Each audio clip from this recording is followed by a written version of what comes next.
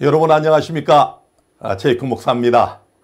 오늘도 많이 기다리셨습니까? 저도 많이 기다렸습니다. 사실은 제가 늘 설교하고 강의하는 목사지만 설교 시간도 그렇지만은 이 성경 예언대학원 강의 시간 되면 항상 마음이 두렵고 떨립니다. 왜냐하면 저는 하나님의 말씀을 대언하는 하나님의 종이기 때문에 그렇습니다. 우리 이 성경 예언대학원은 세계 느지미 성령 운동본부가 주관을 하고 있습니다. 역사의 마지막 때 여러분과 저의 최후의 마지막 소명이 무엇인지 아십니까?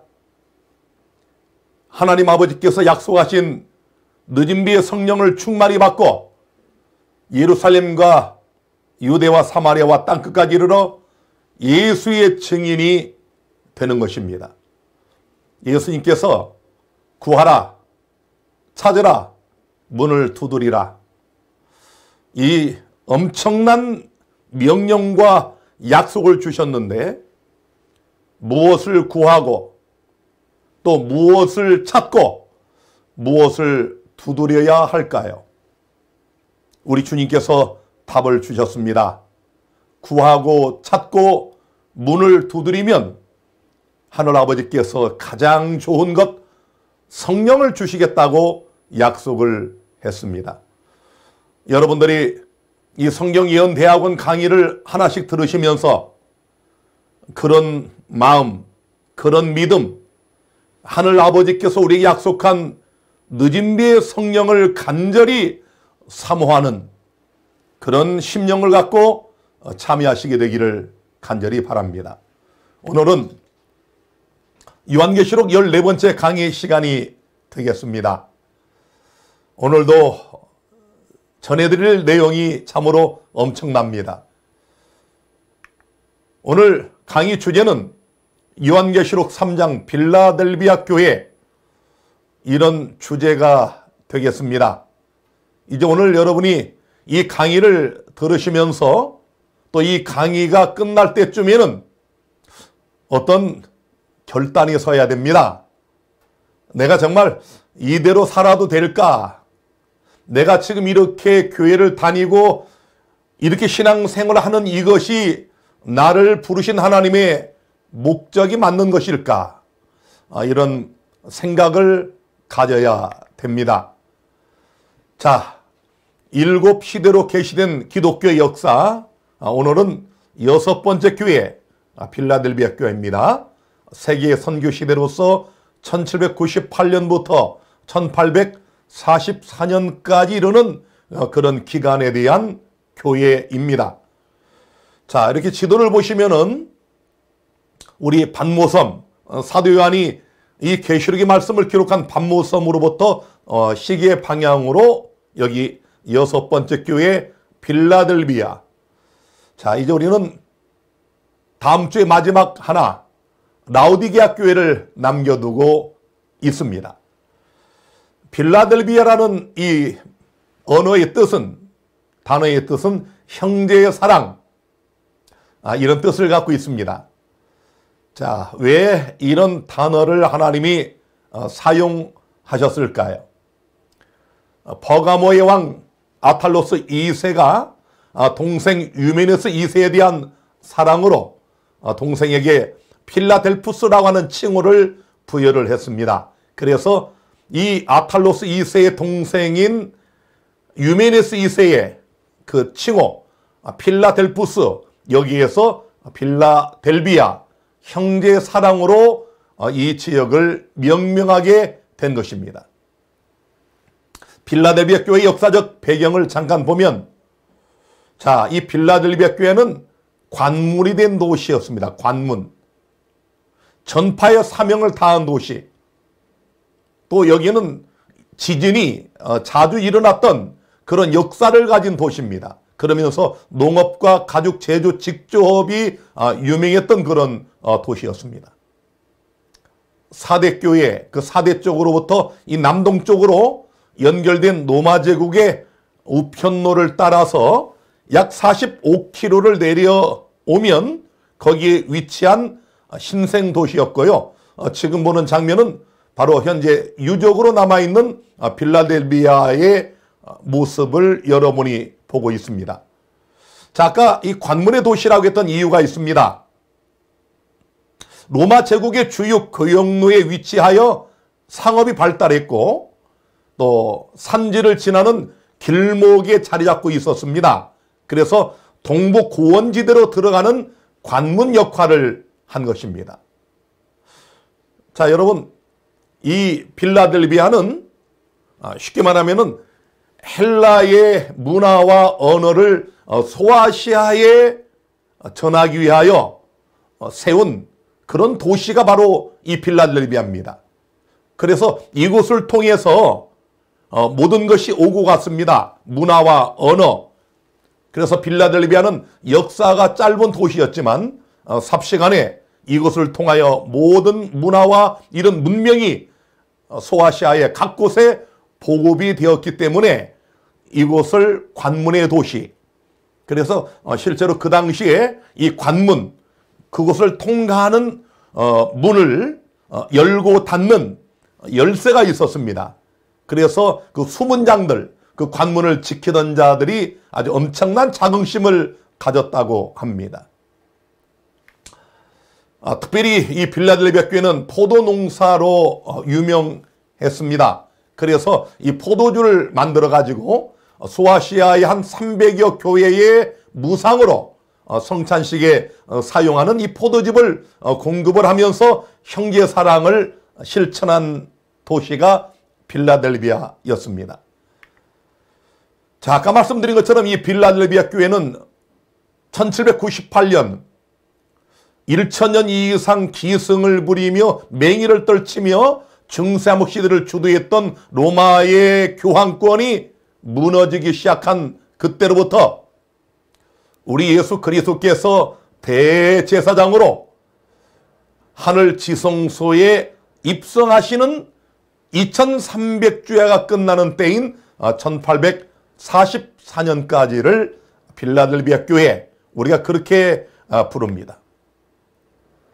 우리 지난주에 사대교회에 대해서 말씀을 드렸죠.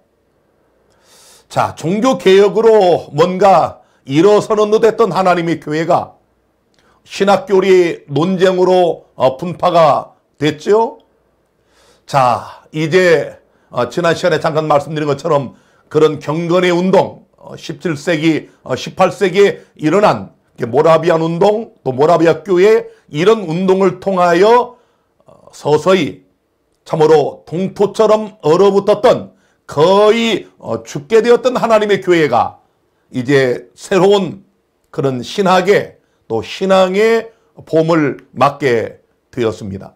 형식주의는 외방선교로 이제 묻혀지게 되었고, 또 교조주의, 독단주의는 십자가의 형제 사랑과 우애로 뜨거워지면서 사라지게 되는 그런 놀라운 교회 시대를 맞게 된 것입니다.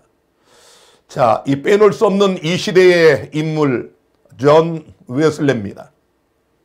우리 감리교의 효시라고 하는 바로 웨슬리 형제죠. 존 웨슬리와 또 찰스 웨슬리. 영국과 미국의 감리교의 창시자입니다. 웨슬리의 사역은 19세기 성결운동과 또 20세기 오순절 운동 및 기독교 사회 복지 운동에 지대한 영향을 끼치게 됩니다. 또 이 형과 함께 아까 말씀드린 찰스 웨슬리 그 동생은 역시 감리교의 운동을 주도한 잉글랜드의 신학자이면서 찬송가의 작사가입니다. 많은 곡을 작사했는데요.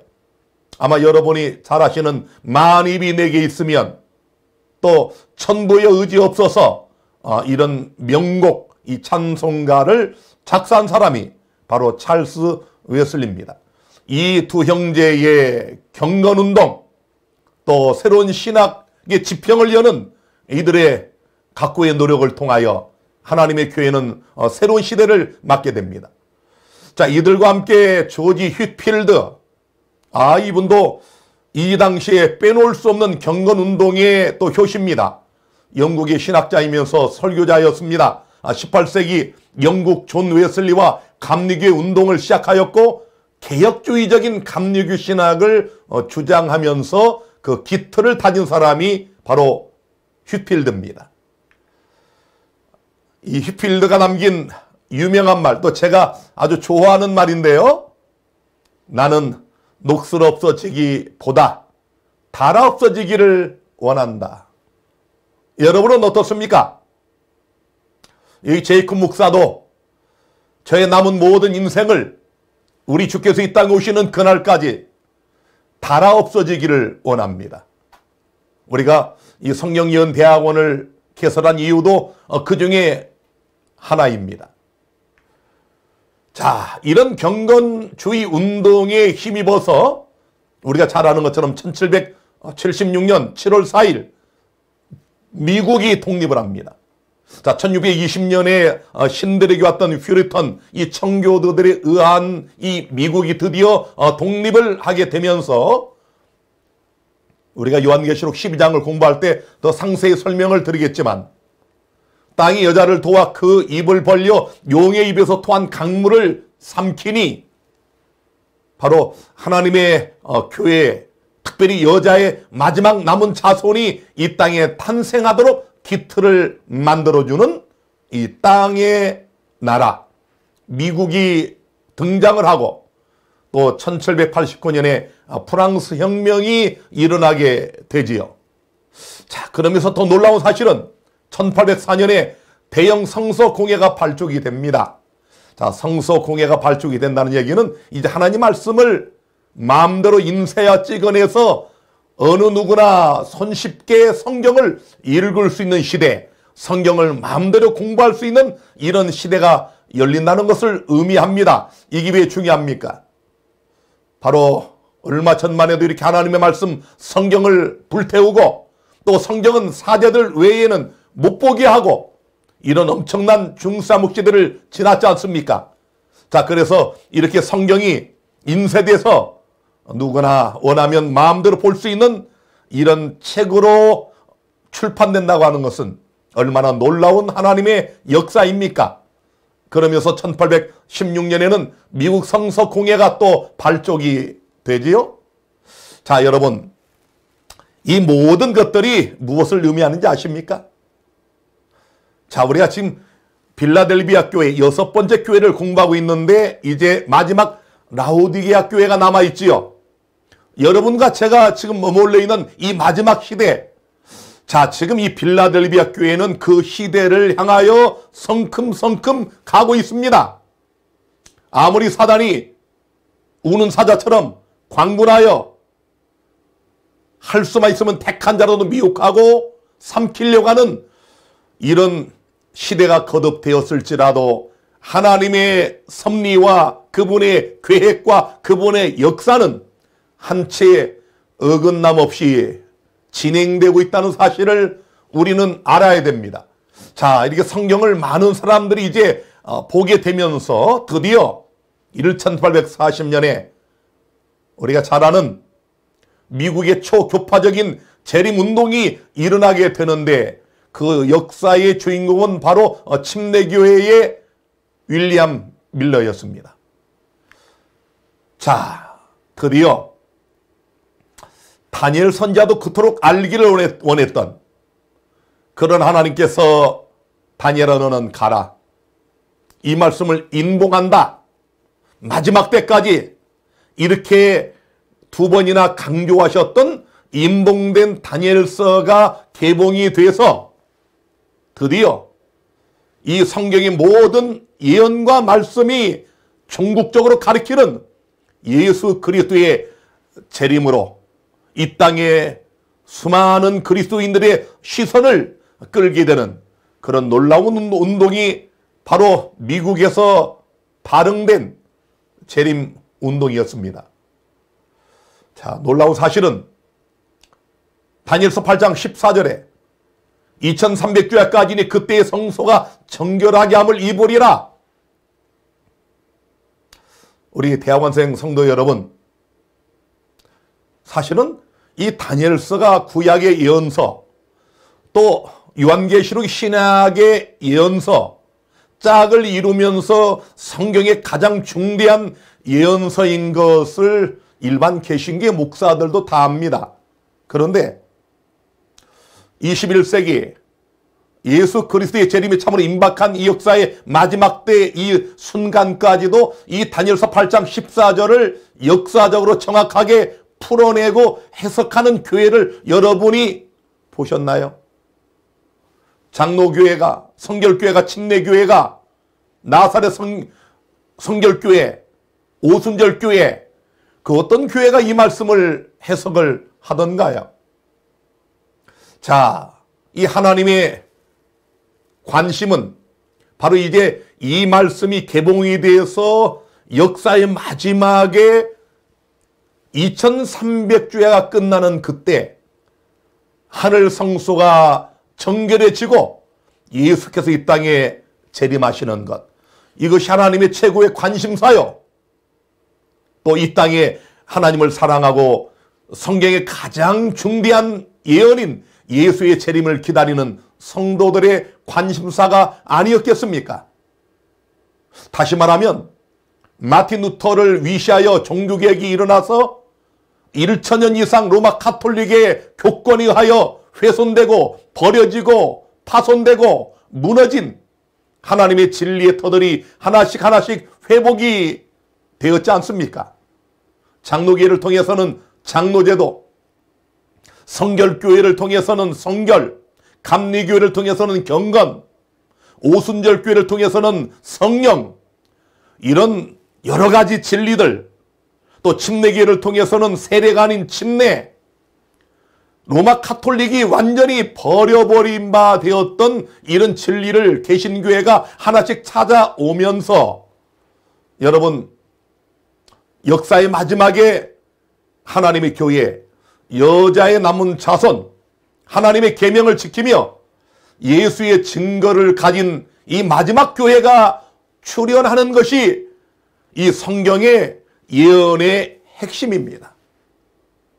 사단이 광분하여 하나님 백성들을 말살하기 위해서 노력을 하고 광분하지만 하나님은 이에 맞서는 위대한 하나님의 백성들을 가지고 있다는 사실을 성경이 분명히 예언하고 있지 않습니까?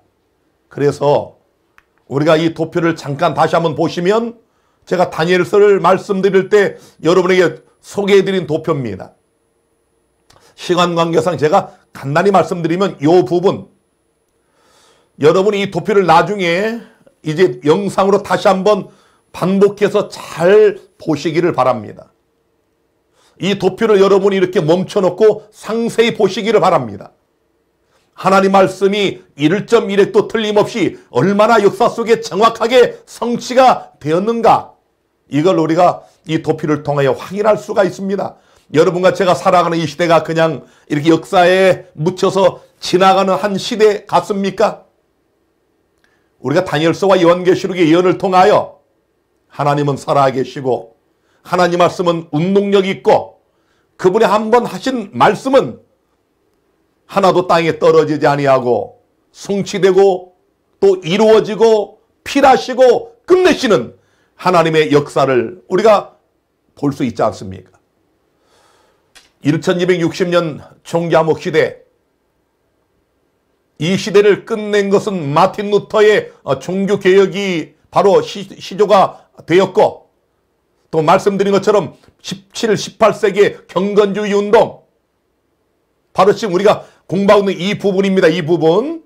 자, 이때 우리가 잘 아시는 것처럼 이 종교개혁과 더불어서 이 땅에는 르네상스라고 하는 문의 부흥이 일어납니다. 자, 이 문의 부흥의 역사는 한마디로 말하면은, 야, 이제 지긋지긋한 이 카톨릭이한 이런 신을 중심으로 한 이거 버리자. 과학적이고 합리적이고 이성을 중심으로 한 이런 인본주의들이 나타나기 시작하면서 종교계 안에도 고등비평이라고 하는, 쉽게 말하면 하나님 말씀도 이제 난도질을 하는 것입니다. 과거에는 우리 카톨릭이 이렇게 가르치는가 믿었지만 이 말씀을 다시 한번 보자. 이건 이성적으로 맞지 않아. 합리적이지 않아. 그래서 이 성경을 난도질하는, 그러면서 거기에 자유주의 신학자들이 등장하는 이런 위기의 때, 그리고 이런 종교적인 고등비평에 이런 일이 일어나는가 하면은 철학적으로 신은 죽었다라고 하는 니체가 등장하는 초인주의 철학, 또 1848년에는 칼막스의 공산주의, 무신론이 나타나는 정치적인 사건, 그러면서 세계를 놀라게 한 1859년 찰스 다윈의 진화론, 과학적인 이런 공격들, 사단이 왜 이렇게 날뛸까요? 여러분, 왜 사단이 종교적으로, 철학적으로, 정치적으로, 과학적으로 하나님 말씀을 도전할까요? 하나님을 향하여 왜 이렇게 무모한 도전을 했는지 여러분 아십니까? 이 종교개혁 이후에 여러분이 이 도표를 가만히 보시면은 예수님께서도 마태복음 24장에 예언하시고 계시록 6장에도 예언된 큰 지진, 해와 달과 별의 변화, 이런 재림의 징조들이 신속하게 이루어지지 않습니까? 자, 이대로 나가면 여자의 남은 자손, 사단과 마지막 최후의 쟁투를 벌이는 하나님의 군대가 나타나게 되어 있습니다. 초조해진 것은 마귀입니다. 자, 지금 방금 말씀드린 것처럼, 자, 미국이 독립선언을 하고, 또 프랑스 혁명이 일어나고, 또 대형 성서 공회, 미국 성서 공회가 나타나고, 자, 그러면서 다니엘서가 개봉이 되고, 자, 사단이 얼마나 조급하겠습니까? 자, 그러면서 이 모든 것들, 이 종교개혁의 결산으로 이 땅에 1863년에 하나님의 계명과 예수의 증거를 가진 여자의 남은 자손이 이 땅에 출현하여 계시록 10장 11절에 있는 말씀처럼 내가 많은 백성과 나라와 방언과 임금에게 다시 예언하여야 하리라는 이 말씀을 성취하는 마지막 하나님의 교회가 등장하게 되는 것입니다. 여러분, 얼마나 놀랍습니까? 이런 성경과 역사를 근거로 한 이런 예언적 도표는, 이런 도표를 만드는 교회가 우리 말고 여러분, 이 개신교회 어떤 교회에 있는 여러분이 찾아보세요. 없습니다. 결단코 없습니다. 자, 그래서 이 빌라델비아 교회는 여러분이 도표에서 보시는 것처럼 상당히 그 역사적 기간이 짧습니다. 처음에 에베소 교회 서머나 버가모 두아디아 4대 69년, 213년, 225년, 979년, 또 281년, 상당히 길지요. 그러나 이 빌라델비아 교회는 겨우 46년, 반세기도 채 되질 않습니다. 그런데 여러분 아십니까? 이 빌라델비아 교회는 서머나 교회처럼 책망이 없습니다. 또 경고도 없어요.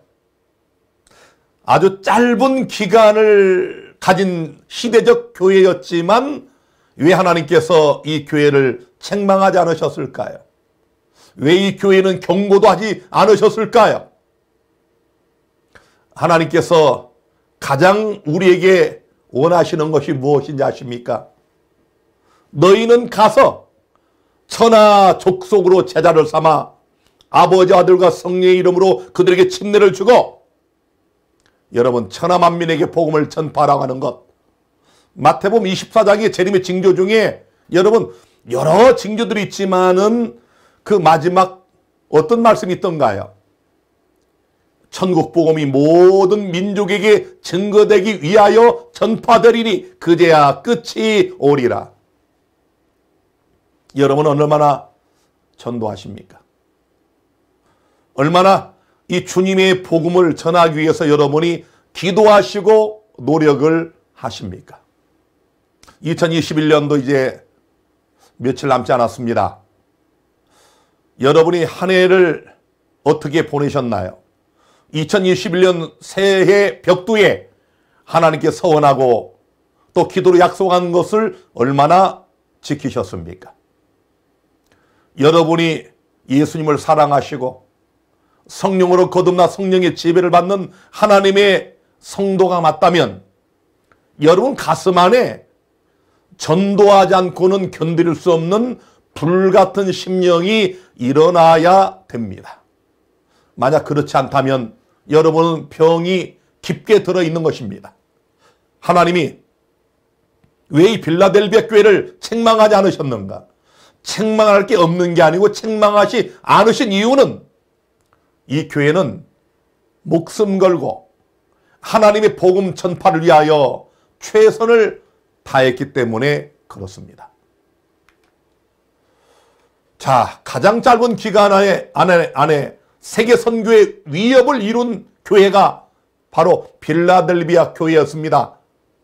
자, 이제 사대교회의 그 냉랭했던 교조주의, 독단주의, 또 신학적인 논쟁, 분파주의, 자, 이렇게 얼어붙었던 동토가 이제 형제의 뜨거운 사랑으로 해빙이 되면서 하나님의 교회는 새로운 시대를 맞게 되는 것입니다. 빌라델비아 교회에 보내는 편지는 한마디로 말하면 전파의 사명을 다한 교회. 오늘 여러분은 전도의 사명을 다하고 있습니까? 우리가 왜 이 7교회를 배울까요? 우리가 역사적으로 빌라델비아의 그 유적을 알아서 뭐 하겠습니까? 또 그 시대적인 그 빌라델비아 교회의 역사가 우리가 어떤 연관성이 있을까요? 우리가 이 7교회를 공부하는 이유는 단 한 가지입니다. 하나님께서 경계로 기록한 이 역사적인 교회들을 통해서 여러분 나 자신을 보라는 것입니다. 오늘 주님이 우리에게 묻습니다. 너는 내게 분부한 모든 것을 천하 만민 모든 민족 이웃들에게 네가 증거하고 있느냐? 전파의 사명을 다하고 있냐고 주님이 묻습니다. 계시록 3장 7절 빌라델비아 교회의 사자에게 편지하기를 거룩하고 진실하사 다윗의 열쇠를 가지신 이 곧 열면 닫을 사람이 없고 닫으면 열 사람이 없는 그이가 가라사대. 자, 여기 거룩하고 진실하신 예수님을 소개하고 있습니다. 거룩하다. 이 거룩은 예수 그리스도의 신적인 존재를 우리에게 말씀하고 있습니다. 이사야 6장 3절에 서로 창화하여 가로되 거룩하다 거룩하다 거룩하다 만군의 여호와여 그 영광이 온 땅에 충만하도다. 바로 지금 여기 이 나타난 이 발신인 예수 그리스도는 구약에 말씀한 거룩하다고 말씀한 만군의 여호와 바로 그분임을 우리에게 말씀을 하고 있습니다. 이사야 57장 15절에도 지존무상하며 영원히 거하며 거룩하다 이름하는 자가 이같이 말씀하시되 바로 예수 그리스도가 지존무상하시고 영원히 거하시며 거룩하다 이름하는 바로 그분임을 여기 말씀하고 있습니다. 그러면서 예수님이 다윗의 열쇠를 가지신 이라고 소개를 합니다. 아까 말씀드린 것처럼 이 관문의 도시, 이 고원지대에서 이 소아시라로 간통하는 이 관문, 여기에 그 열쇠를 가진 자들이 얼마나 쉽게 말하면은 텃세를 했겠습니까? 거기를 오고 가는 모든 사람들에게 뭐 자긍심을 가지고 그들이 열어주지 않으면 누구도 들어갈 수가 없어요. 나갈 수가 없어요. 바로 이제 예수 그리스도께서 열면 닫을 사람이 없고 닫으면 열 사람이 없는 이 열쇠를 가지신 이라고 소개를 합니다. 예수께서 어떤 문을 여실까요? 또 어떤 문을 닫으실까요? 우리 예수님이 열면 어떤 사람도 닫을 수 없는 그 문, 예수께서 여신 그 문이 무엇일까요? 첫째로 예수 그리스도는 사망과 음부의 문을 여셨습니다. 계시록 1장 18절에 곧 산자라 내가 전에 죽었었노라 볼지어다 이제 세세토록 살아있어 사망과 음부의 열쇠를 가졌노니. 여러분, 우리 예수님이 사망과 무덤의 열쇠를 가지신 분이십니다. 그래서 이런 예수를 믿는 우리는 죽음이 두렵지 않은 것입니다. 이 땅에 예수를 모르는 사람들은 죽음이 모든 것의 끝입니다. 그러나 우리 그리스도인들에게는 죽음은 영원한 생명의 시작점에 불과하기 때문에 우리는 죽음이 두렵지 않습니다. 그래서 그 제국 로마 시대나 로마 카톨릭 중사목 시대에 수없는 하나님의 신실한 백성들이 화형을 당해도, 맹수들의 밥이 되어 죽임을 당해도 그들이 찬송하며 감사하며 기도하며 기꺼이 생명을 초계와 같이 내어 던졌던 것입니다. 왜냐하면 예수께서 이 사망의 문의 열쇠를 가지고 계셔요. 요한복음 11장 25절에 주님 말씀하십니다. 나는 부활이요 생명이니 나를 믿는 자는 죽어도 살겠고. 여러분, 얼마나 놀라운 약속입니까? 나를 믿는 자는 죽어도 살겠고. 이 말씀을 오늘 이 저녁에 여러분 가슴에 꼭 간직하시기를 바랍니다. 우리 생명이 이 땅에서 다하여지는 그 순간까지, 또 주님이 이 땅에 오시는 그 재림의 날까지 주는 나의 그리스도시요, 주님은 나의 구주시요, 나는 부활이요 생명이니 나를 믿는 자는 죽어도 살겠구라는 이 말씀을 믿습니다. 여러분, 이런 믿음을 가지면, 여러분이 그 믿음의 씨앗을 여러분 마음의 밭에 심어 놓으면 여러분의 생명이, 육체적 생명이 이 땅에서 끝날지라도 사망과 음부의 열쇠를 가지신 주님이 열어 놓으셨어요. 우리는 죽는 순간 영원한 생명으로 들어가게 될 것입니다. 그 다음에 우리 주님께서 열어놓으신 문은 세계 만방 선교의 문을 열어놓으셨습니다. 가라사대 너희는 온 천하에 다니며 만민에게 복음을 전파하라. 여러분, 세계 선교의 문을 우리 주님이 열어놓으셨어요. 마태복음 28장 19, 20절에 그러므로 너희는 가서 모든 족속으로 제자를 삼아 아버지와 아들과 성령의 이름으로 침례를 주고 내가 너희에게 분부한 모든 것을 가르쳐 지키게 하라. 볼지어다 내가 세상 끝날까지 너희와 항상 함께 있으리라. 오, 사랑하는 우리 대학원생 성도 여러분, 이 예수 그리스도의 마지막 지상 명령과 약속을 오늘 이 시간 우리 여러분 각자의 것으로 삼게 되기를 간절히 바랍니다. 자, 복음을 전파하라. 내가 세상 끝날까지 너희와 항상 함께 있으리라. 얼마나 위대한 명령이며 위대한 약속입니까? 우리 주님께서 선교의 문을 활짝 열어놓으셨어요. 자, 그 다음에 주님께서 여신 문은 하늘 지성소의 문입니다. 하늘 성소의 문을 여시고 지성소의 문을 여셨는데 시편 24편 7절에 문들아 너희 머리를 들지어다, 영원한 문들아 들릴지어다, 영광의 왕이 들어가시리로다. 우리 예수께서 이 땅에서 십자가에 죽으시고 사흘 만에 부활하신 후에 하늘로 승천하실 때, 우리 예수께서 십자가에 죽을 때 무덤이 터지고 예수님 부활하실 때 무덤에서 나온 그 많은 이 땅의 십자가의 전승물들을 데리고 하늘로 올라가실 때에 하늘 우주의 천군들이 부른 노래입니다. 문들아 너희 머리를 들지어다, 영원한 문들아 들릴지어다. 하늘 성소의 문을 여신 분은 예수 그리스도십니다. 히브리서 2장 23절에 그러므로 하늘에 있는 것들의 모형은 이런 것들로서 정결케 할 필요가 있었으나 하늘에 있는 그것들은 이런 것들보다 더 좋은 제물로 할지니라. 여러분, 이 말씀을 자세히 보시면 하늘 성소에 정결이 필요하다.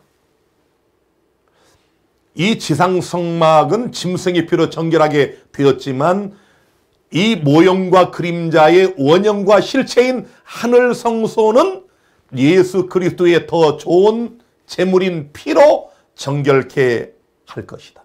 자, 이 일을 위해서 히브리 9장 23절 24절에 그리스도께서는 참것의 그림자인 손으로 만든 성소에 들어가지 아니하시고 오직 참하늘에 들어가사 이제 우리를 위하여 하나님 앞에 나타나시고, 하늘 성소와 지성소의 문을 여시고 하나님 앞에 서신 분은 바로 예수 그리스도십니다. 이 광경을 다니엘서 7장에는 이렇게 설명을 합니다. 내가 보았는데 왕자가 놓이고 옛적부 당상 계시니가 좌정하셨는데 그 옷은 희기가 눈 같고 그 머리털은 깨끗한 양의 털 같고 그 보좌는 불꽃이요 그 바퀴는 붙는 불이며 불이 강처럼 흘러 그 앞에서 나오며 그에게 수종하는 자는 천천히요 그 앞에 쉬한 자는 만만이며 심판을 베푸는데 책들이 펴 놓였더라. 여러분, 삼척동자가 봐도 이 장면은 하늘이죠. 하나님의 보좌가 있고 천만 천사가 있고 그 다음에 하나님이 보좌에 앉으셔서 책들을 펴놓고 하는 심판이 여기 분명히 있지 않습니까? 자, 그런데 히브리 6장 20절에 그리로 앞서가신 예수께서 멜기세덱의 반차를 조차 영원히 대제사장이 되어 우리를 위하여 들어가셨느니라. 우리 예수께서 하늘 지성소의 문을 여시고 역사의 마지막 이제 하나님의 성소를 영원히 정결하게 하기 위하여 하늘 지성소에 입성하시는 그 역사적인 순간. 자, 그래서 요한계시록 11장 19절에는 이 하늘에 있는 하나님의 성전이 열리니 성전 안에 하나님의 언약궤가 보이며, 자, 여러분, 여기 분명히 하나님의 성전이 열리면서 언약궤가 보이죠. 분명히 하늘에 있는 것이라고 못 박았습니다. 모형과 그림자 이 땅의 장막의 원형과 실체인 하늘의 성전이 열리면서 언약궤가 보였어요. 여러분, 언약궤, 다른 말로 법궤라고 하지 않습니까? 이 법궤 안에 뭐가 있습니까? 열왕기상 8장 9절에 궤 안에는 두 돌판 외에는 아무것도 없다고 분명히 말씀하고 있습니다. 법궤, 언약궤에는 하나님의 법, 돌비가 있어요. 출애굽기 31장 18절에 이는 돌판이요 하나님이 친히 쓰신 것이더라. 자, 하나님이 친히 썼다. 왜 이것을 강조할까요? 어떤 교회에서는 예수님의 십자가로 안식일에 폐했다. 우리 지난 시간에 여러분이 보셨지만은 이 로마 가톨릭이 중사목 시대에 하나님의 율법을 얼마나 짓이기고 짓밟고 무너뜨렸습니까? 그런데 요한계시록, 구약도 아니고 요한계시록에 하나님의 성전이 하늘에 있는 것이 열려요. 그러면서 거기에 언약궤가 있다. 그 언약궤 안에는 법궤밖에는 없습니다. 그런데 그것은 하나님이 친히 손으로 썼다. 하나님이 썼다는 얘기는 이 땅에 그 어떤 인간도 이것을 바꿀 수 없다는 것을 말씀하고 있지 않습니까? 그런데 이 율법을 유린한 로마의 가톨릭, 자, 중사목 시대에 진리를 땅에 던진 이 세력, 특별히 하나님의 10계명 중에 넷째 계명을 그들은 바꿔버렸습니다. 둘째 계명을 삭제해버리고 넷째 계명을 살그머니 바꿔놨어요. 어떻게 바꿨습니까? 안식일을 기억하여 거룩히 지키라. 제7일은 너희 하나님 여호와의 안식일인즉, 이 분명한 하나님이 친수로 쓰신 이 글자를 164글자를 주의를 지키고라는 6글자로 바꿔놨습니다.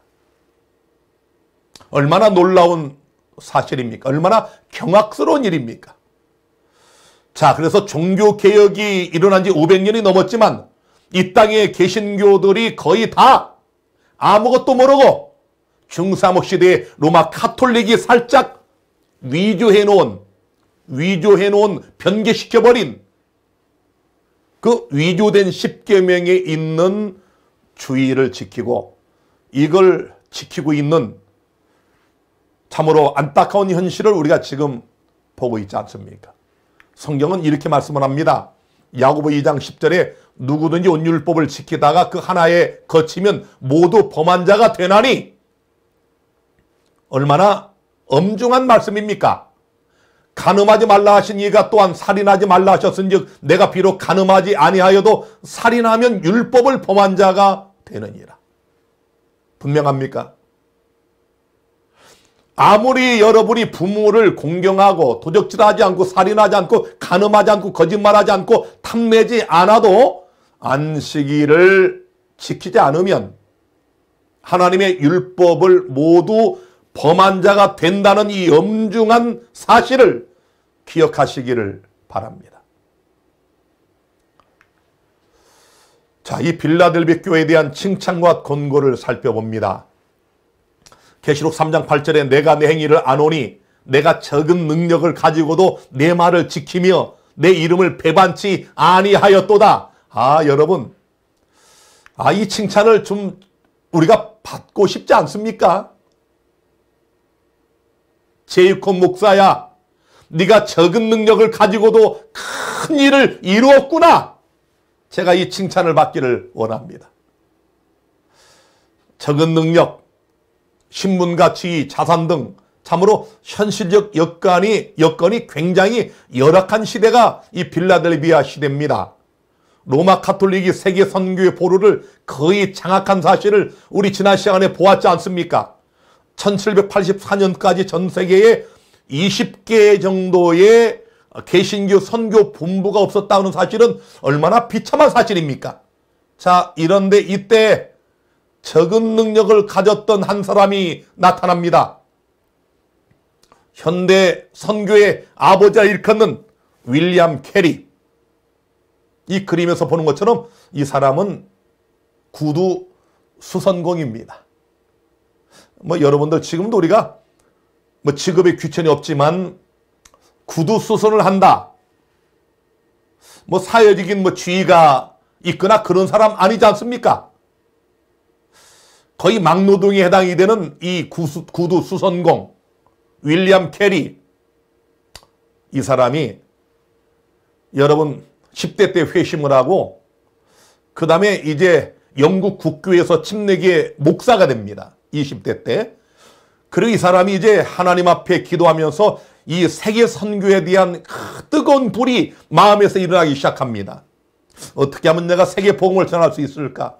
그 열악한 시대에.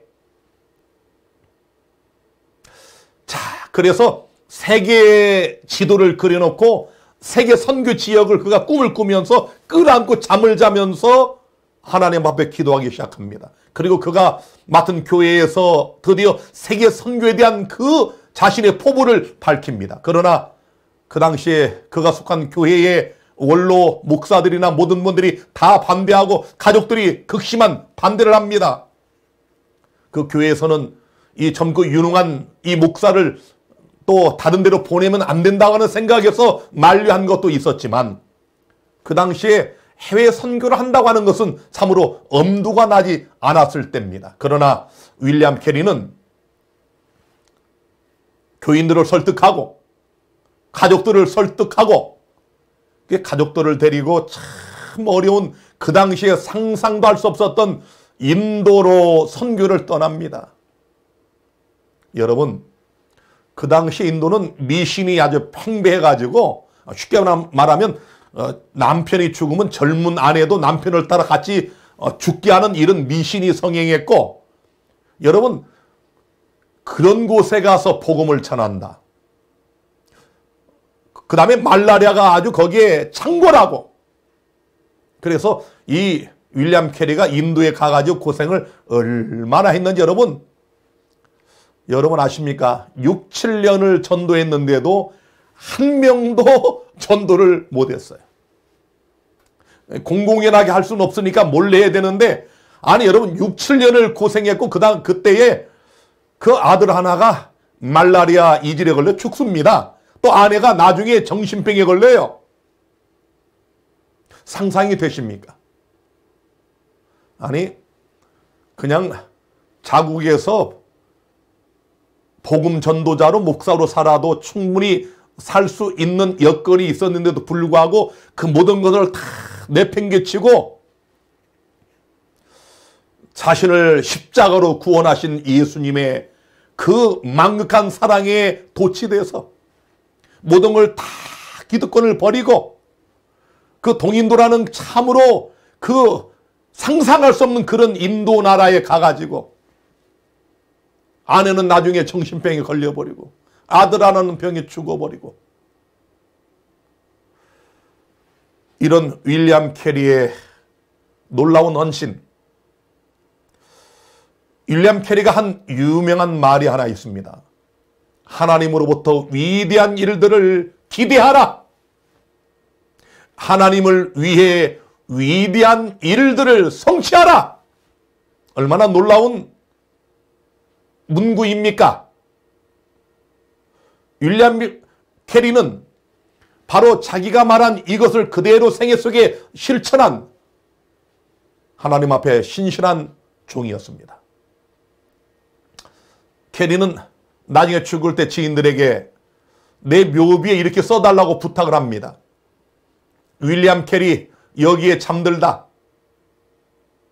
가엾고 불쌍하고 무력한 벌레 같은 인간.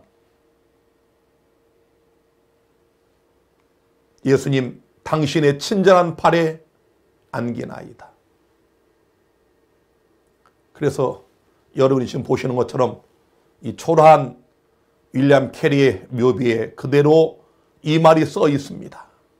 가엾고 불쌍하고 무력한 벌레 같은 나. 이런 나를 사랑하신 주님이시여. 내가 주님 친절한 팔에 안기나이다.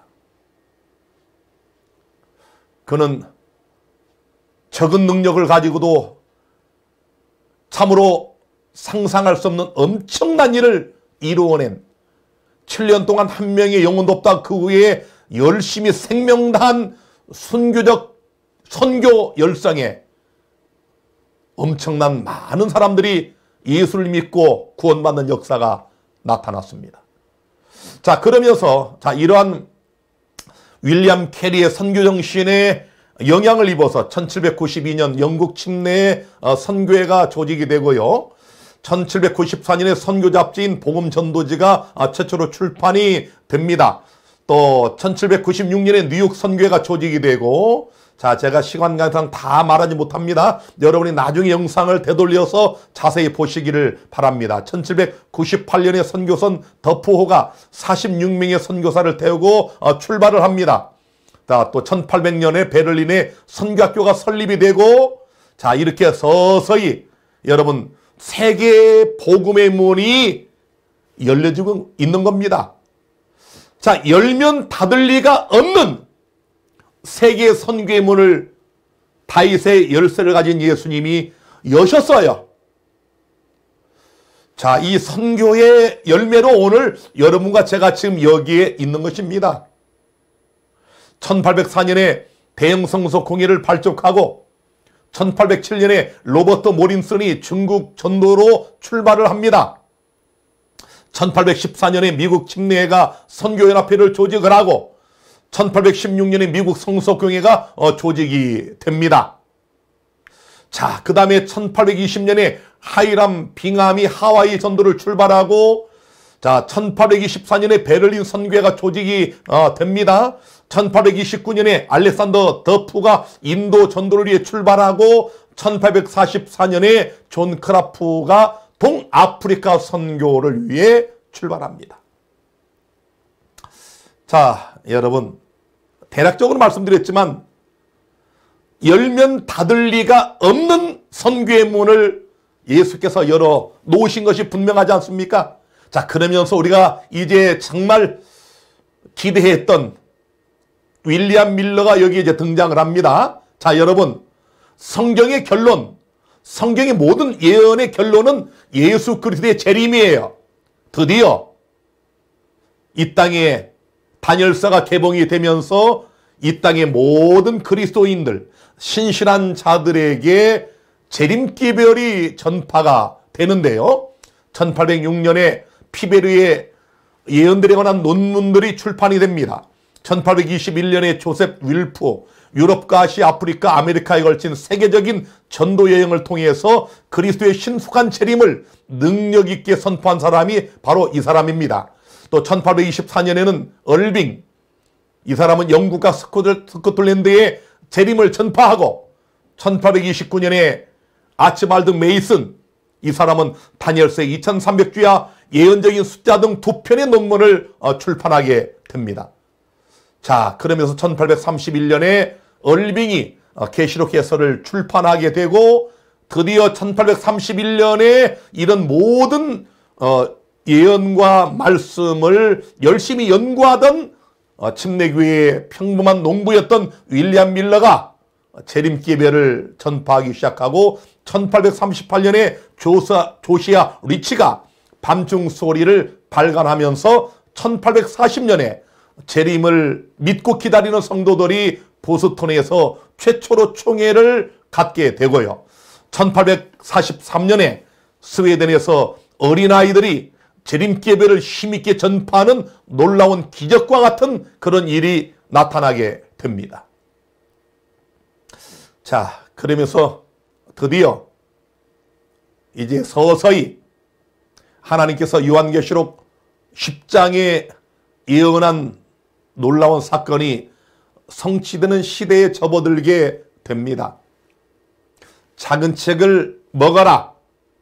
입에는 담아 배에서 쓰리라.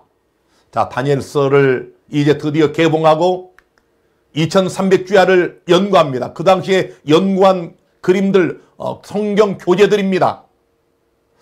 자, 이런 마지막 재림기별의 구름대처럼 사람들이 모여들기 시작하고 수만 명의 사람들이 각 교파에서 빠져나와 이 재림운동에 가담을 하게 됩니다. 이들이 처음에 생각했던 재림연도는 1843년이었어요. 2300주야가 끝나는 그 마지막 때를 1843년으로 잡았다가 나중에 이제 1844년 10월 22일로 그들이 다시 수정을 하고 정말 뜨거운 마음으로 재림을 기다렸습니다. 이들의 실수는 2300주야까지니 그제의 성소가 정결해지리라, 이 말씀을 예수님의 재림으로 오해를 했습니다. 2300주야의 계산은 정확히 맞았지만, 자, 2300주야 끝나는 그때 일어나는 그 일을 예수 그리스도께서 하늘 아버지 앞으로 지성소로 들어가는 그 역사적 사건을 예수께서 구름을 타고 이 땅에 재림하는 것으로 잘못 곡해한 결과가 그들이 1844년 10월 20일에 맞았던 쓰라린 대실망 사건이었습니다. 그 당시에 재림운동을 함께 주도했던 그런 강사들의 분포들을 보시면은 이렇게 감리교회가 제일 많았고 침례교회, 그 다음에 크리스찬교회, 장로교회 등 이렇게 각 교회의 지도자들이 다 나와서 이 재림운동에 참여했던 사실을 우리가 확인할 수가 있습니다. 그러면서 드디어 이제 하나님의 교회는 역사의 마지막 교회인 라오디게아 교회로 점점 치닫고 있는 그 역사적 상황을 여러분과 제가 지금 보고 있는 것입니다. 자, 빌라델비아 교회에 대한 칭찬과 권고입니다. 계시록 3장 9절에 보라, 사단의 회에 곧 자칭 유대인이라 하나 그렇지 않고 거짓말하는 자들 중에서 몇을 내게 주어 저희로 와서 내 발 앞에 절하게 하고 내가 너를 사랑하는 줄을 알게 하리라.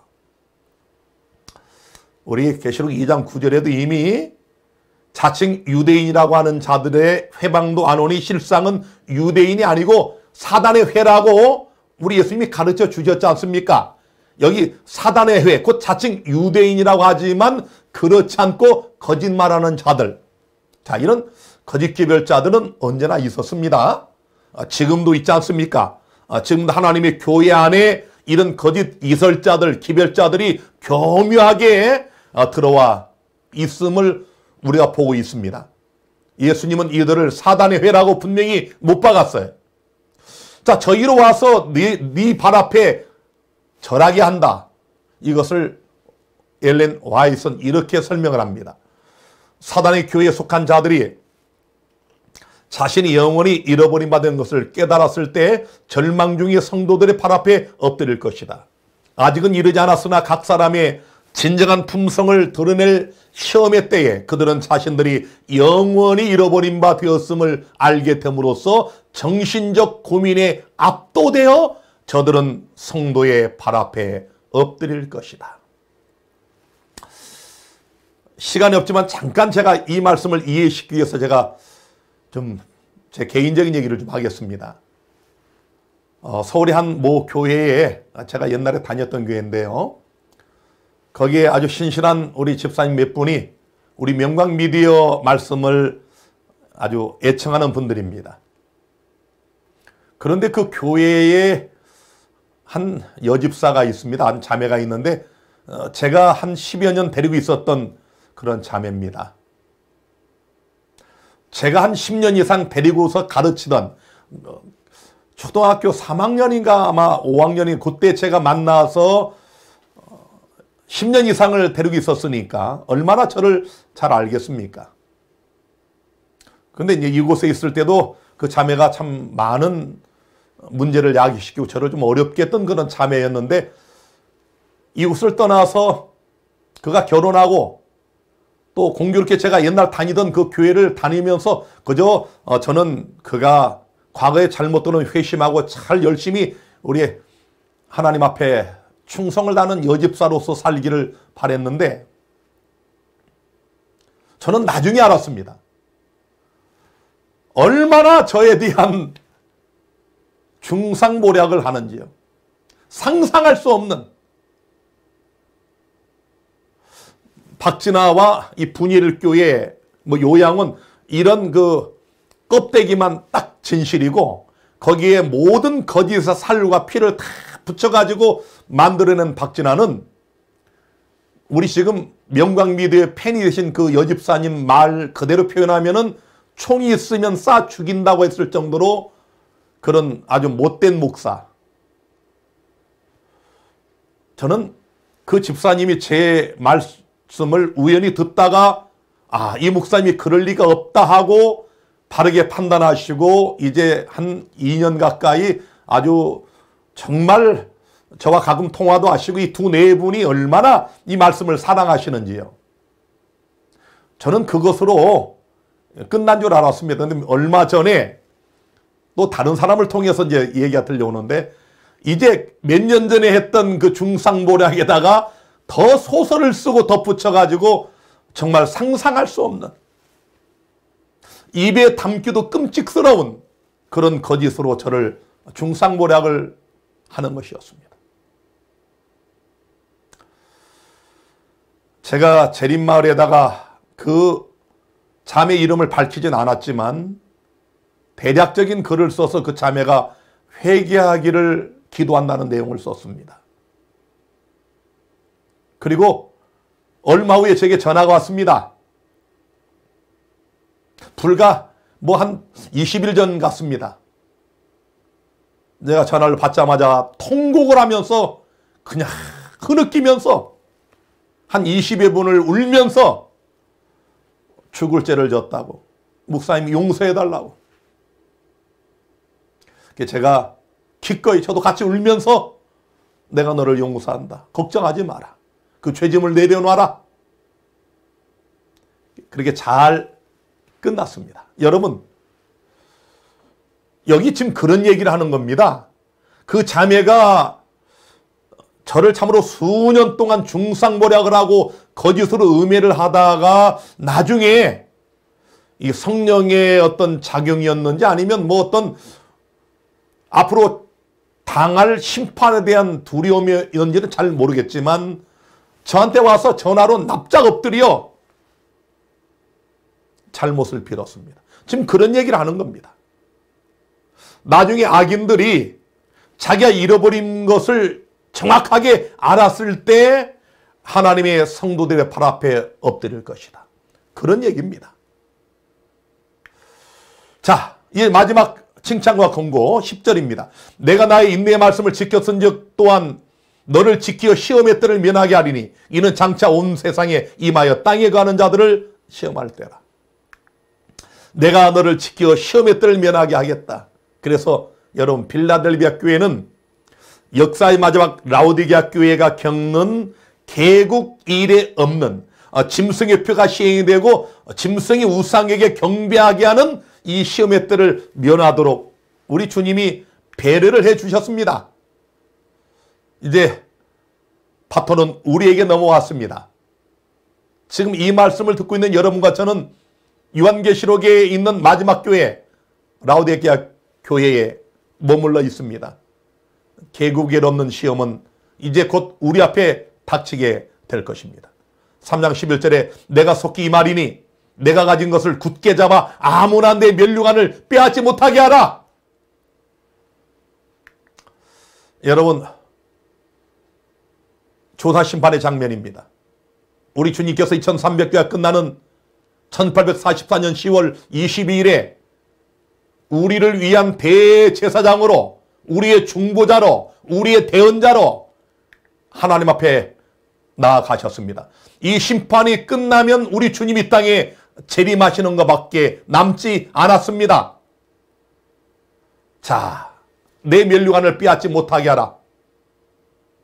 이제 우리 주님이 이 땅에 오시라니 참으로 심히 임박한 역사의 마지막 때에 사랑하는 성도 여러분, 여러분이 믿음으로 받은 이 면류관을 빼앗지 않게 하시기를 바랍니다. 에서는 야곱에게 장자권을 빼앗겼어요. 루벤은 유다에게 장자권을 빼앗겼습니다. 사울은 다윗에게 왕위를 빼앗겼습니다. 유다는 마띠아에게 사도의 직분을 빼앗겼습니다. 유대인들은 이방인들에게 선민의 특권을 빼앗겼습니다. 여러분, 여러분의 면류관을 빼앗기지 마시기를 바랍니다. 이기는 자는 내 하나님 성전의 기둥이 되게 하리니 그가 결코 다시 나가지 아니하리라. 내가 하나님의 이름과 하나님의 성 곧 하늘에서 내 하나님께로부터 내려오는 새 예루살렘의 이름과 나의 새 이름을 그 위에 기록하리라. 아까 말씀드린 것처럼 이 빌라델비아는 지진이 잦았습니다. 그런데 이 유적지를 보시면은 그 당시에 그 많은 지진에도 불구하고 견고하게 남은 기둥들이 지금까지 남아 있습니다. 그 당시 이렇게 지진이 잦았기 때문에 빌라델비아 사람들은 지진이 일어나고 여진이 일어나면은 건물에서 나와가지고 저 밖으로 나가가지고 천막을 치고 있다가 지진이 멎으면 들어오고 했습니다. 나갔다가 들어오고. 자, 그런데 갈라데 2장 9절에는 또 내게 주신 은혜를 알므로 기둥같이 여기는 야고보와 게바와 요한도 오늘 하나님께서 여러분을 보실 때 기둥같이 여기시게 되기를 바랍니다. 여기 약속이 있습니다. 내 하나님의 성전이 기둥이 되게 하겠다. 지진이 나도 나갔다 들어왔다 이렇게 하지 않고 나가지 않게 하겠다. 기둥이 되게 하겠다. 내가 하나님의 이름과 새 예루살렘의 이름과 나의 새 이름을 그 위에 기록하리라. 사랑하는 여러분, 이 귀한 약속이 오늘 여러분과 저의 약속이 되기를 바랍니다. 그날 후로는 그 성읍의 이름을 여호와 삼마라 하리라. 하나님이 거기 계시다 그런 뜻입니다. 새 예루살렘의 이름은 하늘의 시민권을 우리에게 주겠다는 약속입니다. 다시는 나갈 일이 없는, 다시는 아프지 않은, 다시는 질병이 걸리지 않을, 다시는 늙지 않는, 다시는 눈물이 없는, 다시는 곡하는 것이 없는, 다시는 저주가 없는 바로 그 나라의 그 새 예루살렘의 기둥이 되게 하겠다고 약속을 하십니다. 이사야 62장 2절에는 너는 새 이름으로 일컬음이 될 것이며, 오늘 빌라델비아 교회의 기별을 통하여 여러분과 저는 어떤 결심을 해야 되겠습니까? 여러분 정말 예수님을 사랑하십니까? 오늘 주님이 우리에게 주신 사명과 소명이 있습니다. 너는 말씀을 전파하라. 때를 얻든지 못 얻든지 항상 힘쓰라. 너는 가서 천하 족속으로 제자를 삼아 아버지와 아들과 성령 이름으로 침례를 주라. 이 마지막 사명, 여러분 어떻게 하시겠습니까? 적은 능력을 가졌던 구두 수선공 윌리엄 캐리가 자식을 잃고 아내가 정신병에 걸리는 이런 인도 지역에 가서 순교자적 생애를 살았던 그의 삶은 오늘 여러분과 저에게 무엇을 암시하고 있습니까? 우리가 오늘 이 빌라델비아 교회 적은 능력을 가지고도 큰 엄청난 일을 성취했던 이 교회가 주는 선교적 사명을, 이 선교적 사명을 오늘 우리 마음에 담으시고, 여러분과 제가 여호와로 일컫는 새 이름, 하나님이 주시는 새 이름으로 일컬어지는 예루살렘의 영원한 기둥이 되기 위하여 우리의 모든 것 다하여 이 복음을 전파하는 일에 최선을 다하기로 결심하는 이 밤이 되기를 바라면서 오늘 14번째 강의를 여기서 마치겠습니다. 여러분 다음 주에 뵙겠습니다. 감사합니다.